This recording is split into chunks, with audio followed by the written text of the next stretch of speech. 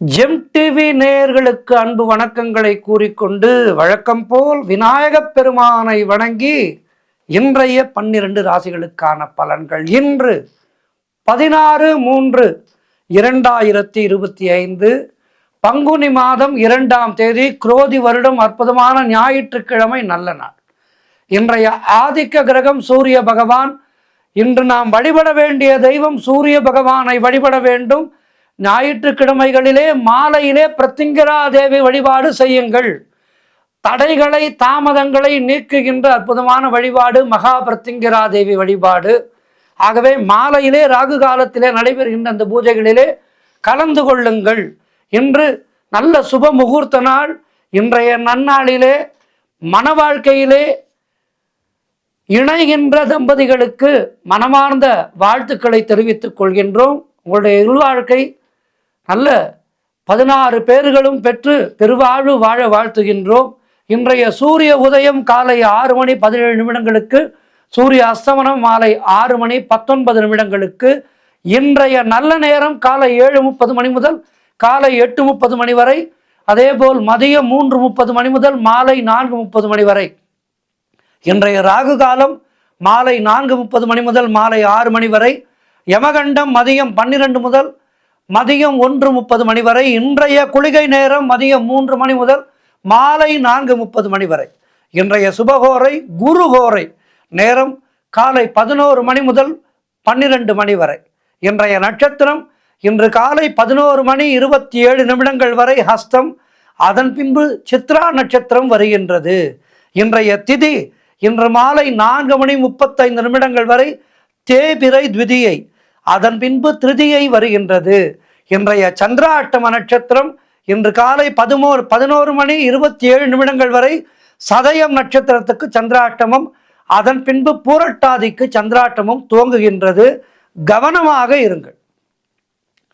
அடுத்து நாம் காண இருப்பது 12 ராசிகளுக்கான பலன்களை. மேஷ ராசி அன்பர்களே, இன்று சந்திரன் உங்கள் ராசிக்கு 6ஆம் இடத்திலே இருக்கின்றார். உங்களுடைய ராசி அதிபதி செவ்வாய் ராசிக்கு 3ஆம் இடத்திலே இருக்கின்றார். ஆகவே இன்று வேலை மாற்றம் சிலருக்கு உண்டாகும். அலுவலகத்திலே வேலை பளு அதிகமாக இருக்கும். தேவையில்லாமல் மற்றவர்களுடைய விஷயங்களிலே தலையிடக்கூடாது. குலதெய்வ வழிபாடு வெற்றியை தரும். வீண் வாக்குவாதங்களை எல்லாம் தவிர்க்க வேண்டிய நாள் இன்றைய நாள். காரிய அனுகூலம் உண்டாகும். மேல் அதிகாரிகளால் நெருக்கடிகள் உண்டாகும். தொழிலிலே புதிய முதலீடுகளை தவிர்க்க வேண்டிய நாள் இன்றைய நாள். வெளியூர் பயணங்கள் செல்வதை தவிர்க்க வேண்டும். புதிதாக கடன் எதுவும் வாங்காதீர்கள். நீங்களும் கடன் கொடுக்காதீர்கள். பொருளாதாரம் நெருக்கடியாக இருக்கின்றது. உத்தியோக உயர்வு, பணியிட மாற்றம் போன்றவை ஏற்படும். ஆகவே இன்றைய நாளிலே கவனத்தோடு இருங்கள். சூரிய பகவானை வணங்குங்கள். மாலையிலே மகா பிரத்திங்கரா தேவியை வணங்குங்கள். வாழ்த்துக்கள். ரிஷப ராசி அன்பர்களே, இன்று சந்திரன் உங்கள் ராசிக்கு 5ஆம் இடத்திலே இருக்கின்றார். உங்களுடைய ராசி அதிபதி சுக்கிரன் ராசிக்கு 11ஆம் இடத்திலே இருக்கின்றார். ஆகவே இன்று வேலையிலே காத்திருந்த இடமாற்றம் அமையும். பணவரவு அதிகரிக்கும். குழந்தை பாக்கியத்திற்காக காத்திருக்கின்றவர்களுக்கு சந்தான பிராப்தி, சத்சந்தான பிராப்தி உண்டாகின்ற நாள். குடலினது யாழினது என்பது மக்கள் மடலை சொல் கேளாதோர் என்று சொன்னார் வள்ளுவ பெருந்தகை. ஒரு குழந்தை இல்லத்திலே இருக்கின்றதென்றால் அதற்கு இணையான செல்வம் எதுவும் இல்லை. அப்படிப்பட்ட சத்சந்தான பாக்கியம் இன்று உங்களுக்கு அமைய இருக்கின்றது. அமையக்கூடிய நல்ல நாளாக இன்றைய நாள் இருக்கின்றது. அதேபோல் உறவினர்களோடு இருந்து வந்த மன வருத்தங்கள் எல்லாம் தீரும். முன்னோர்களுடைய சொத்திலே இருந்து உங்களுக்கு வரவேண்டிய பணம் கைக்கு வரும். கடன் பிரச்சனைகள் தீரும். வாழ்க்கை துணையால் நல்ல மகிழ்ச்சி உண்டாகும். பொருளாதாரம் திருப்திகரமாக இருக்கும். தொட்டதெல்லாம் பொன்னாக கூடிய அற்புதமான நாளாக இன்றைய நாள் இருக்கின்றது. பிள்ளைகளால் பெருமை ஏற்படும். ஆகவே இன்றைய நாளிலே எல்லா வளமும் நலமும் சேர்கின்ற நாளாக இருக்கின்றது. சூரியனை வணங்குங்கள். மாலையிலே மகா பிரத்திங்கரா தேவியை வணங்குங்கள். வாழ்த்துக்கள். மிதுன ராசி அன்பர்களே, இன்று சந்திரன் உங்கள் ராசிக்கு 4ஆம் இடத்திலே இருக்கின்றார். உங்களுடைய ராசி அதிபதி புதன் ராசிக்கு 10ஆம் இடத்திலே இருக்கின்றார். ஆகவே இன்றைய நாளிலே காரிய அனுகூலம் உண்டாகும், மனக்குழப்பங்கள் தீரும், கடன் தொல்லைகள் விலகும், தொழிலிலே நல்ல முன்னேற்றம் உண்டாகும், திருமணம் போன்ற சுபகாரிய பேச்சுவார்த்தைகள் இனிதே முடியும், வீடு வண்டி வாகன யோகம் உண்டாகும், உடல் ஆரோக்கியம் சிறப்பாக இருக்கும், வீடு கட்டுவதற்கான முயற்சிகள் எல்லாம் சிறப்பாக நடைபெற்று முடியும், பொருளாதாரம் திருப்திகரமாக இருக்கும், உத்தியோக மாற்றம் சிலருக்கு உண்டாகும், தாய் வழி சொந்தங்களின் உதவிகள் எல்லாம் கிடைக்கும். ஆக இன்றைய நாள் என்பது மிக மிக சிறப்பாக இருக்கின்றது. மேலும் நற்பலன்களை பெறுவதற்கு சூரியனை வழிபாடு செய்யுங்கள். வாழ்த்து. கடக ராசி அன்பர்களே, இன்று சந்திரன் உங்கள் ராசிக்கு 3ஆம் இடத்திலே இருக்கின்றார். ஆகவே இன்றைய நாளிலே பயணங்கள் அதிகமாக மேற்கொள்வீர்கள். எதிர்பார்க்கின்ற உதவிகள் எல்லாம் கிடைக்கின்ற நாள் இன்றைய நாள். அதேபோல் நீங்கள் நினைத்தது அனைத்தும் நல்லபடியாக நடக்கக்கூடிய அற்புதமான நாள். தொழில் மற்றும் வியாபாரத்திலே நல்ல லாபம் ஏற்படும், உடல் ஆரோக்கியம் சிறப்பாக இருக்கும், சிலருக்கு வீடு வண்டி வாகன மாற்றம் உண்டாகும், அலுவலகத்திலே புதிய பொறுப்புகள் மகிழ்ச்சியை தரும், திருமணம் போன்ற சுபகாரிய பேச்சுவார்த்தைகள் கைகூடி வரும், நல்ல ஆதாயம் உண்டாகின்ற நாளாக இன்றைய நாள் இருக்கின்றது. உத்தியோக உயர்வு, பணியிட மாற்றம் போன்றவை வேலை செய்பவர்களுக்கு கிடைக்கும். சொந்த தொழில் செய்பவர்களுக்கு அவர்களுடைய தொழிலிலே நல்ல முன்னேற்றமும் லாபமும் கிடைக்கின்றன. மொத்தத்தில் காரிய தடைகள் எல்லாம் விலகி நீங்கள் நினைப்பதெல்லாம் நல்லபடியாக நடக்கக்கூடிய நாளாக இருக்கின்றது. மேலும் நற்பலன்களை பெறுவதற்கு இன்றைய நாளிலே சூரிய பகவானை வணங்குங்கள். வாழ்த்துக்கள். சிம்ம ராசி அன்பர்களே, இன்று சந்திரன் உங்கள் ராசிக்கு 2ஆம் இடத்திலே இருக்கின்றார். உங்களுடைய ராசி அதிபதி சூரியன் ராசிக்கு 8ஆம் இடத்திலே இருக்கின்றார். ஆகவே என்ன நடக்கும்? திடீர் பண வரவு கிடைக்கும், திருமண பேச்சுவார்த்தைகள் சுபமாக முடியும், குடும்ப ஒற்றுமை சந்தோஷத்தை தரும், கூட்டு தொழிலிலே நல்ல லாபம் ஏற்படுகின்ற நாள், கணவன் மனைவிடையே நல்ல ஒற்றுமை ஏற்படும், சுப விரயங்கள் ஏற்படக்கூடிய நாள், சுப காரியங்கள் கைகூடி வருகின்ற நாள், சிலருக்கு புதிய வேலை வாய்ப்புகள் உண்டாகும், தொழில் மற்றும் வியாபாரத்திலே நல்ல லாபம் உண்டாகும், நண்பர்கள் மூலம் அனுகூலம் உண்டாகும், உறவினர்கள் மூலம் அனுகூலம் உண்டாகும், பழைய பாக்கிகள் வசூலாகும், உழைப்புக்கு ஏற்ற ஊதியம் கிடைக்கின்ற நாள், கடன் பிரச்சனைகள் முற்றிலுமாக தீர இருக்கின்றது, சிலருக்கு பதவி உயர்வோடு வேலை மாற்றம் ஏற்படும். இப்படி எல்லா வகையிலும் சிம்மராசினருக்கு அதிர்ஷ்டமான நாளாக இன்றைய நாள் அமைந்திருக்கின்றது என்றால் மிக இல்லை. ஆகவே இன்றைய நாளிலே சூரிய பகவானை வணங்கி மேலும் நற்பலன்களை பெறுங்கள். வாழ்த்துக்கள்.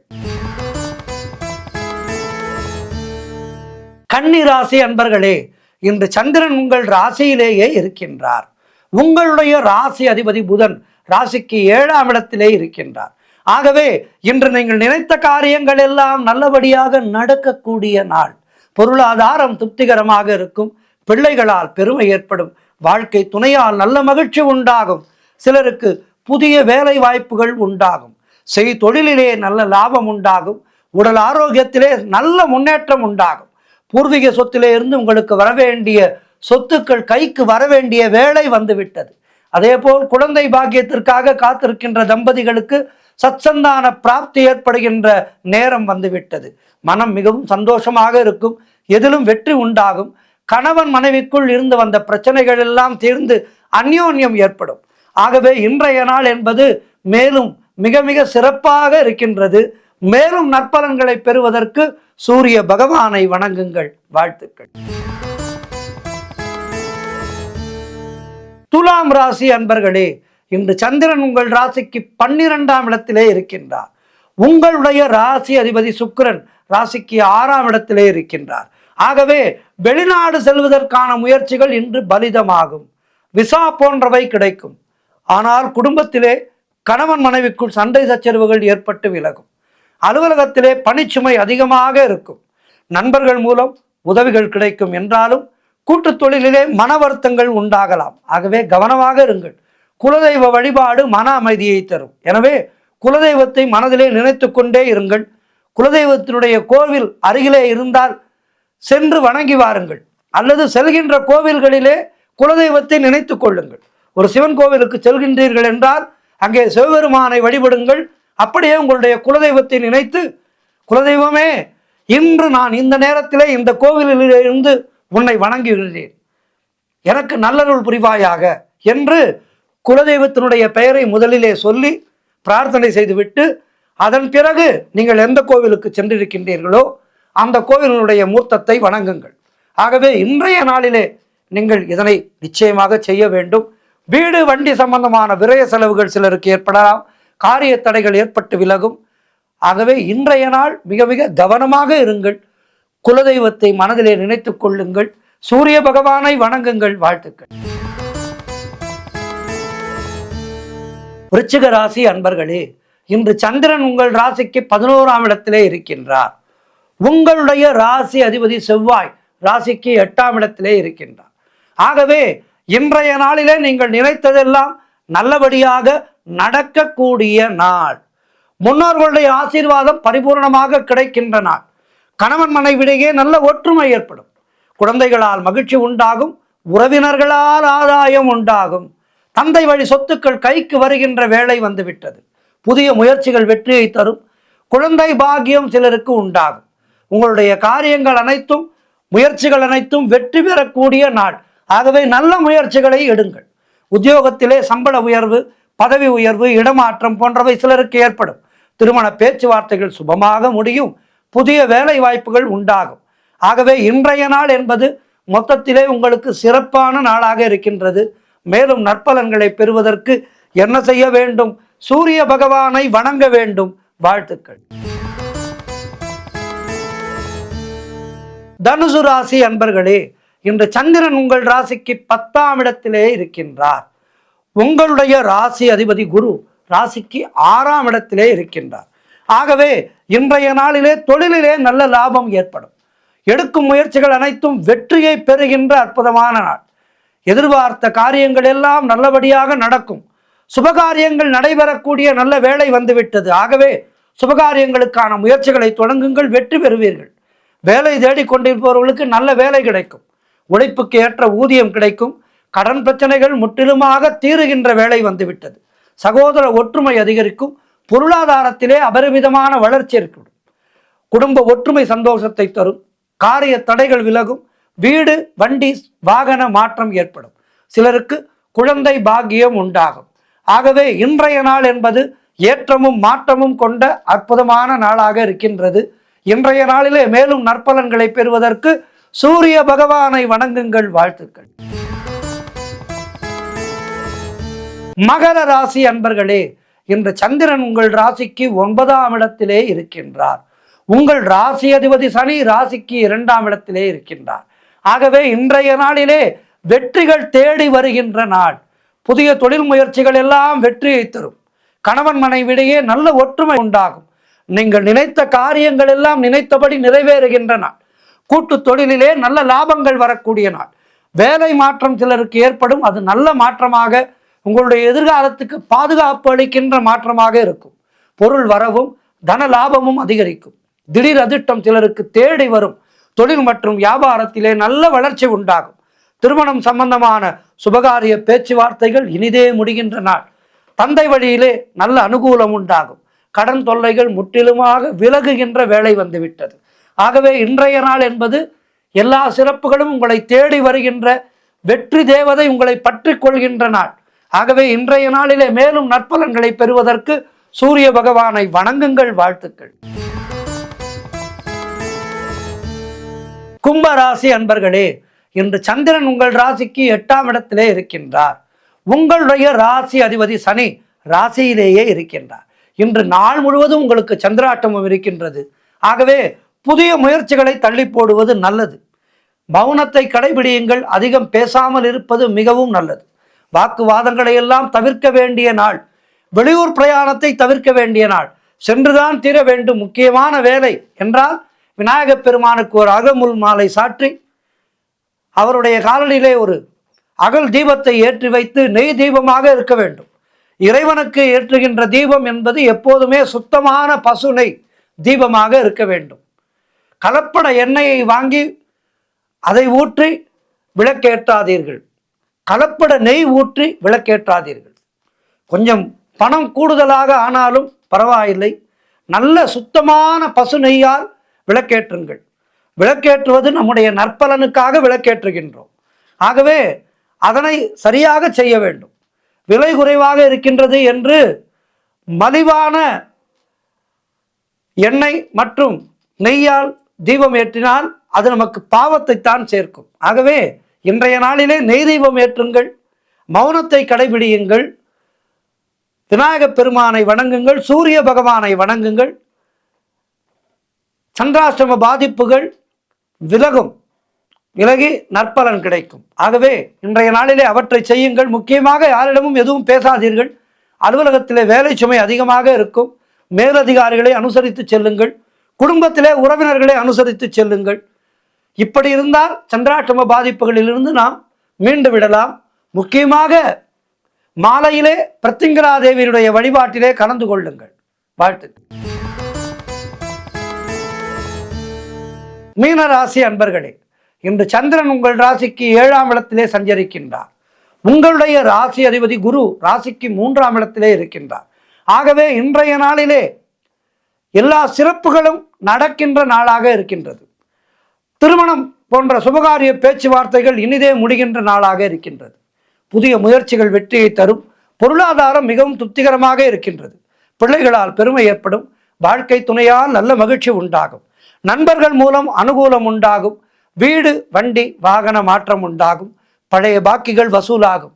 காரிய வெற்றிகள் உண்டாகின்ற நாள். பூர்வீக சொத்திலே இருந்து வந்த பிரச்சனைகள் எல்லாம் விலகும். குலதெய்வ வழிபாடு வெற்றியை தரும். ஆகவே குலதெய்வத்தை மனதிலே நினைத்து கொண்டே இருங்கள். மன வருத்தங்கள் எல்லாம் தீரும். தொழில் மற்றும் வியாபாரத்திலே நல்ல முன்னேற்றம் ஏற்படும். அலுவலகத்திலே இருந்து வந்த நெருக்கடிகள் எல்லாம் குறையும். கடன் பிரச்சனைகள் தீருகின்ற வேளை வந்துவிட்டது. ஆகவே இன்றைய நாள் சிறப்பானதாக இருக்கின்றது. மேலும் நற்பலன்களை பெறுவதற்கு மாலையிலே நடைபெறுகின்ற பிரத்திங்கரா தேவி வழிபாட்டிலே கலந்து கொள்ளுங்கள். காலையிலே சூரிய நமஸ்காரம் செய்யுங்கள். 12 ராசியினருமே இன்றைய நாளிலே சூரிய பகவானை வணங்குங்கள். அதர்வன பத்ரகாளி பிரத்திங்கரா தேவியை வணங்குங்கள். நல்லருள் பெறுங்கள். வாழ்த்துக்கள். இன்றைய ஆன்மீக தகவல். இந்த 12 மாதங்களிலே ஒவ்வொரு மாதத்துக்கும் ஒரு சிறப்பு. அந்த வகையில் இந்த பங்குனி மாதத்துக்கு ஒரு தனிச்சிறப்பு. தெய்வ திருமணங்கள் எல்லாம் நடைபெறுகின்ற அற்புதமான மாதம். பங்குனி உத்திரம் திருநாள் வருகின்ற மாதம். வட இந்தியர்கள் ஹோலி என்ற வசந்தோத்சவம் கொண்டாடுகின்ற மாதம். இப்படி நிறைய சிறப்புகள் இருக்கின்றது. சைவம் வைணவம் என இரு பிரிவினருக்குமே இந்த பங்குனி மாதம் என்பது ரொம்ப அற்புதமான கொண்டாட்டமான ஒரு மாதம். முருகப்பெருமானுக்குரிய விரதங்கள், பங்குனி உத்திர விரதம் கொண்டாடப்படுகின்றது. இந்த பங்குனி உத்திரம் முருகன் கோவில்களிலே மட்டும்தான் சிறப்பா என்றால் இல்லை. முருகன் கோவில்களிலே மிக மிக விசேஷமாக நடைபெறும். அதே நேரத்திலே சிவன் கோவில்களிலேயும் விசேஷம், பெருமாள் கோவில்களிலேயும் மிக விசேஷமாக கொண்டாடப்படுகின்றது. இந்த 12 மாதங்களிலே பங்குனி என்பது 12வது நட்சத்திரம். அதாவது இந்த 12 மாதங்களிலே பங்குனி மாதம்தான் இறுதியான மாதம். பங்குனி மாதம் சித்திரை தொடங்கி பங்குனி என்பது 12வது மாதம். நட்சத்திரங்களிலே 12வது நட்சத்திரம் உத்திர நட்சத்திரம். முருகப்பெருமானுக்கு உகந்த நட்சத்திரம். இந்த உத்திர நட்சத்திரத்திலே முருகன் கோவில்களிலே மகோத்சவம் நடைபெறும். முருகப்பெருமானுக்குரிய இந்த மகோத்சவம் நடைபெறுகின்ற அற்புதமான மாதம் இந்த பங்குனி மாதம். மேலும் மீனாட்சி கல்யாணம் நடைபெறுகின்ற மாதம் இந்த அற்புதமான பங்குனி மாதமாகும். நம்முடைய தமிழகத்திலே தொன்மையான நகரம் என்று சொன்னால் அது மதுரை. இந்த மதுரையிலே சிவனுக்கும் பார்வதி தேவிக்கும், அதாவது சோமசுந்தரராக எம்பெருமான் ஈசனும் மீனாட்சி தேவியாக தாய் பார்வதியும் திருமணம் செய்து கொள்கின்ற நாள் பங்குனி உத்திர நாள். அதாவது சிவனுடைய மோன நிலையை கலைத்து மன்மதனை எரித்ததால் கலங்கி நின்ற தேவர்களுக்கு ஆறுதல் வார்த்தையாக சிவன் தேவியை இந்த தினத்திலே மணந்தார் என்பது ஐதீகம். புராணம் இதைத்தான் சொல்கின்றது.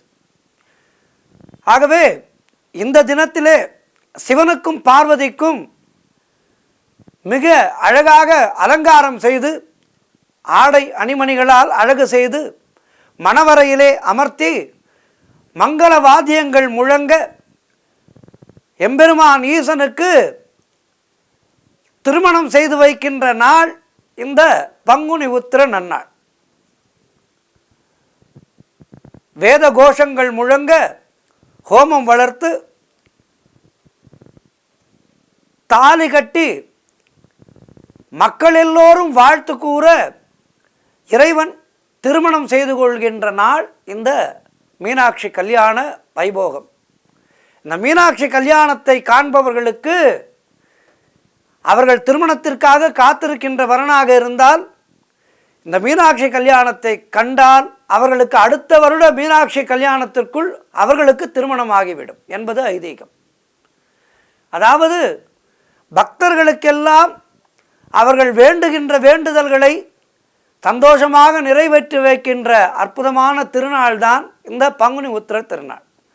இந்த பங்குனி உத்திர கல்யாண திருவிழா ஆன்மீக ரீதியாக சொன்னோம் என்றால் பசுவாகிய ஆன்மா பதியாகிய சிவத்தோடு இணைவதாக ஒரு உயர்ந்த நிலையினை எடுத்து காட்டுகின்றது. இந்த தினத்திலே அம்மையப்பனை வேண்டி விரதம் இருந்தால் நாம் நினைத்த காரியம் நல்லபடியாக நடக்கும், முக்தி கிடைக்கும். சரி, இந்த விரதம் எப்படி இருக்க வேண்டும்? பகற்பொழுதிலே உணவு ஏற்றுக்கொள்ளக்கூடாது. இரவிலே பால் பழம் போன்ற உணவு வகைகளை உட்கொண்டு விரதம் அனுஷ்டிக்க வேண்டும். இந்த விரதத்தை கல்யாண சுந்தரர் விரதம் என்று அழைப்பார்கள். குறிப்பாக நான் முன்பே சொன்னது போல் திருமணத்துக்காக காத்திருக்கின்ற பெண்கள் இந்த விரதத்தை மேற்கொண்டால் அவர்களுக்கு அடுத்த வருடத்துக்குள் திருமணம் நிச்சயமாகும் என்பது ஐதீகம். இந்த தினத்திலே பார்வதி தேவியை பரமேஸ்வரன் மணக்கின்றார். அதேபோல் ராமன் சீதையை கரம் பிடித்த நாளும் இதுதான். மேலும் முருகன் தெய்வானையை கரம் பிடித்த நாளும் இதுதான். அதேபோல் திருவரங்கத்திலே பெருமாள் ஆண்டாள் தேவியை திருமணம் செய்த நாளும் இதுதான். இப்படி பங்குனி உத்திர தினத்தன்று தான் தெய்வ திருமணங்கள் எல்லாம் நடைபெற்றது. இதனால்தான் பங்குனி உத்திர விரதத்துக்கு ஒரு மிகுந்த மேன்மையை கொடுத்திருக்கின்றார்கள். அதேபோல் ஐயப்பன் பங்குனி உத்திரத்திலே தான் அவதரித்ததாக சொல்வார்கள். ஆகவே இந்த பங்குனி உத்திரம் என்பது எல்லா தெய்வங்களுக்கும் உரிய அற்புதமான ஒரு நாள். மதுரையிலே மீனாட்சி கல்யாணம், திருவரங்கத்திலே கோலாகலமான பங்குனி உத்திர திருவிழா, அதேபோல் சமயபுரத்திலே மிக அற்புதமான திருவிழாவாக இருக்கும். இப்படி எல்லா கோவில்களிலேயும் இந்த பங்குனி உத்திரத்தை மிக அற்புதமான முறையிலே கொண்டாடுவார்கள். இந்த பங்குனி உத்திர தினத்திலே சிவனையும் முருகனையும் பெருமாளையும் ஐயப்பனையும் வழிபட்டால் நமக்கு வாழ்விலே கிடைத்தற்கரிய பேறுகள் கிடைக்கும் என்பது ஐதீகம். அதேபோல் அசுரனை வீழ்த்திய நாளாகவும் இந்த நாள் கொண்டாடப்படுகின்றது. பங்குனி மாதத்திலே தான் அசுரர்களுடைய ஆதிக்கத்தை முருகப்பெருமான் தன்னுடைய தாய் தந்தையரை வணங்கி இந்த பங்குனி உத்திர நாளிலே தான் அதற்கான போருக்கு புறப்பட்டதாக வரலாறு கூறுகின்றது. ஆகவே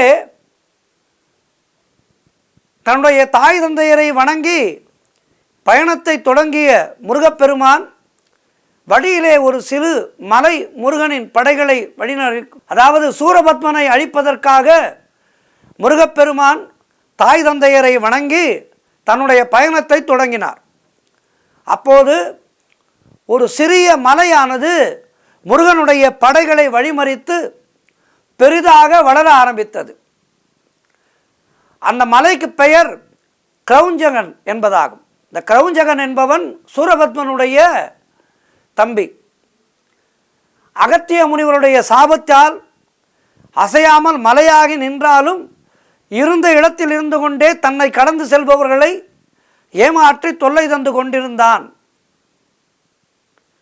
அப்படிப்பட்ட அந்த கிரௌஞ்சனை மாயாபுரி பட்டணம் என்ற நகரத்திலே சூரபத்மனுடைய தம்பியும் யானை முகம் கொண்டவனுமாகிய தாரகாசுரன் ஆட்சி செய்து கொண்ட அந்த வேளையிலே தேவர்களை எல்லாம் துன்பப்படுத்தி இந்த கிரௌஞ்சன் மிகுந்த தொல்லைக்கு உள்ளாக்கி கொண்டிருந்தான். ஆகவே இந்த கிரௌஞ்சனை அழிக்கின்ற அந்த வேலையையும் நாரத பெருமான் முருகப்பெருமான் மூலமாக நடத்தி காட்டுவதற்கு முடிவு செய்தார். முருகப்பெருமான் தன்னுடைய தளபதி வீரபாகுவின் படையிலே பாதியை அழைத்து கொண்டு போய் தாரகாசுரனை அழித்துவிட்டு அதன்பின் இந்த கிரௌஞ்சனையும் அழித்தார். தாரகாசுரனுடன் சண்டையிட்டு அவனை அழித்து பின் இந்த கிரௌஞ்ச மலையை அழித்தார். கிரௌஞ்ச மலையை அழித்து விட்டுத்தான் கிரௌஞ்சகனை அழித்து விட்டுத்தான் சூரபத்மனை அழிப்பதற்காக செல்கின்றார். எனவே இப்படிப்பட்ட அற்புதமான நாள் இந்த பங்குனி உத்திர திருநாள். இந்த பங்குனி உத்திர திருநாளிலே தான் எல்லா நல்ல விஷயங்களும் நடந்திருக்கின்றது. தெய்வ திருமணங்கள் நடந்திருக்கின்றது. அதேபோல் முருகப்பெருமான் சூரபத்மனை அழிப்பதற்கான பயணத்தை தொடங்கியிருக்கின்றார். ஆகவே இந்த நாளிலே இறைவனை வழிபட்டால் நம்முடைய மனதிலே இருக்கின்ற மாயையானது நிச்சயமாக அகலும். காமம், குரோதம், மதம், மாச்சரியம் என்கின்ற மாயைகள் அகன்று இறைவனுடைய திருவடி நிழல் ஒன்றே உண்மையானது, சதமானது என்பதை நம்முடைய மனம் ஏற்று இறைவனுடைய பால் நம்முடைய மனதை செலுத்திவிட்டால் அதன் பிறகு இந்த லௌகீக வாழ்க்கை என்பது, இதில் ஏற்படுகின்ற இடர்கள் என்பது நமக்கு பெரிதாக தோன்றாது. ஆகவே இந்த பங்குனி உத்திர நாள் என்பது மிக மிக சிறப்பான நாள். பங்குனி மாதத்திலே இந்த பங்குனி உத்திரத்தை அனுஷ்டித்து நம்முடைய வாழ்விலே எல்லா வளமும் நலமும் பெறுவோம். நன்றி, வணக்கம்.